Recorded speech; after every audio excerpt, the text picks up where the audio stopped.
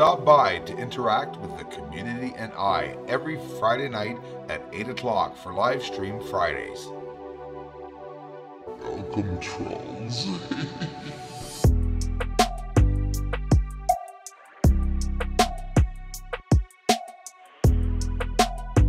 Bruce sees all.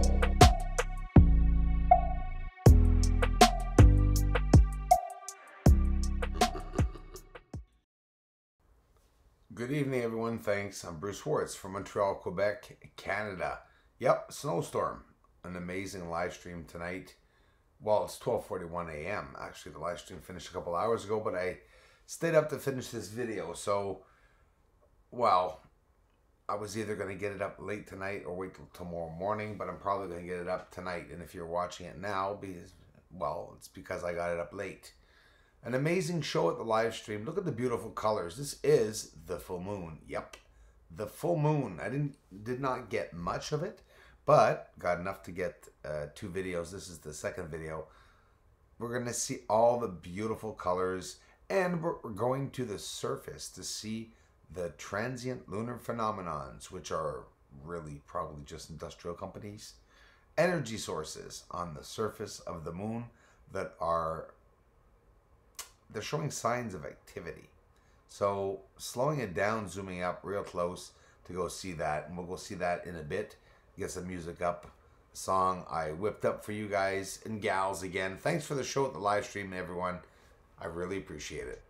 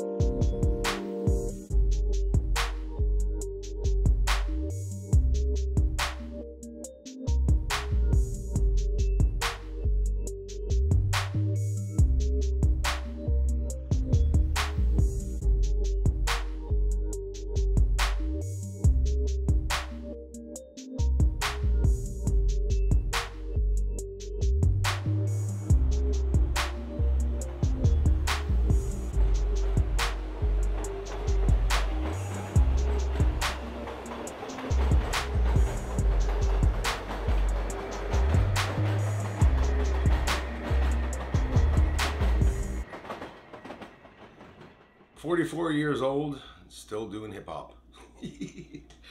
Yeah. Well, there's no age. I have no age. And I'll be 80 years old and I'll still be doing the same things I was doing when I was a kid. This is the surface of the moon, and we're going to look at something spectacular once again. The footage you just saw, this is the full moon. We're just beside Copernicus crater, and we're looking at the surface anomalies. There are actually areas of where I believe people are working on the moon. Now watch this beautiful glimpse. I'll get a circle up on it. Keep watching. Last circle coming up. Watch the red object going around in this area. There it is. It lit up. By slowing down the footage very much, we could see these surface structures and objects. We're going back. This is Copernicus craters right over top. It's just out of the frame, so we're just below it, and we're seeing some of its light in the top left. And here in the center, look what we're looking at. These objects are near impossible to see. They're blending in with the surface. They have the same reflectivity as the surface, and obviously they're oscillating lights that are coming from these areas are causing us just simply to be able to see the area, but not be able to see what objects are there. But now hang on, by slowing things down, we can actually see the camouflaging in process when you look at these objects in these areas. These are areas where I believe they are working on the surface of the moon. They're all over Earth's side of the moon, okay? The side that we can see. We hear a lot of talk about the dark side. The dark side, there's this, there's that, there's this. First of all, the dark side is not even dark, right? How could it be if the sun's on that side? Just that's common sense. That was the first thing that I found sounded so stupid, saying that that was the Terminator line was the line of the sun. But when you start analyzing all these things, you go, wait a minute. Just some of it just doesn't make any sense. I like looking at the atmosphere. So, and now especially with NASA admitting to Earth's geocorona being many thousands of kilometers, hundreds of thousands of kilometers past the moon, which I do believe they did find that out in the 70s, maybe the 80s, but did they tell us? Probably not. Look at the saffron sky. Look at the colors of the rainbow. Everything is there. The same thing, the oxygen blue line around the moon. It could be very similar to Earth, and it could be a lot more similar than we think. John Lear spoke to so many people about the subject.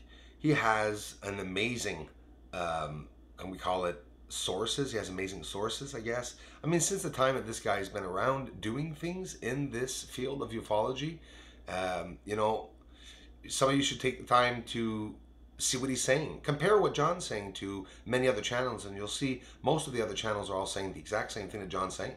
I'm seeing it myself on my channel. I'm seeing now things being produced on other channels that are the exact work that I'm doing. They're not reproducing it, but they're trying to. And that's what people do. We base our research, and all the channels are based on all the work of everyone else. That's what space research is on YouTube. But when you find unique channels, and that's what I'm trying to do with this channel, is to be apart from everyone doing this research, to show what people are not looking at and what people are not trying to find out. Well, here's the surface. Like I said, just like you were flying over Earth, there really is no difference. And you could see the lights on the surface billowing and oscillating, that there's an activity in each of these energy sources areas. It's an energy source. Whatever it may be, we know that it's an energy source that's on the surface. We maybe don't know what they are. Some people are saying they're natural. Well, if they're natural light sources, well, of course they could be. I totally disagree with it, and I think even thinking that would be ridiculous, but I'm no genius, okay? But I do use common sense, like most people do, and most people should. Aristarchus craters, see the beautiful colors in there? We see that the moon looks brown in that area. Well, let me tell you, all the moon is that area. The whole moon has unique independent colors like this, but the overall surface color of the moon is brown and green. It's just like Earth, guys. There's no difference whatsoever.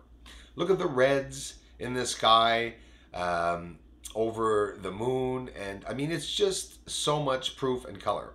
You see how we're over the center of the moon and everything is clear and plenty of contrast, and you can see the features. But look what happens as we're going off the moon. As you go off of the surface, even just now, immediately the colors are going to begin descending and going down, and we're not going to see the surface color.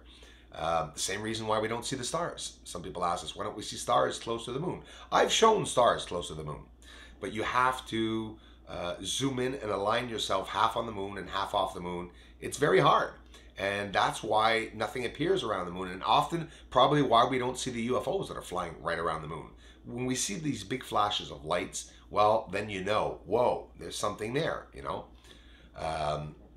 Here's the Merecrisium surface, where I've showed it before. So what we're going to do is I'm going to pan this by, and then now look here on the right of Merecrisium, that gray patch on the top there.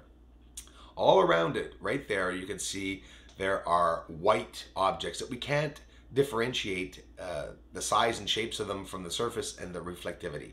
But by taking down the exposure and by putting a simple inversion of this photo will obviously show you nothing manipulated. I don't understand how people can think it's manipulated. And that's what we're going to do. And we're going to pan all the way back down here to see everything on the side. So now look at that. Isn't that incredible? So right to the right there, Merecrisium, is that white spot on the top there. That is Merecrisium.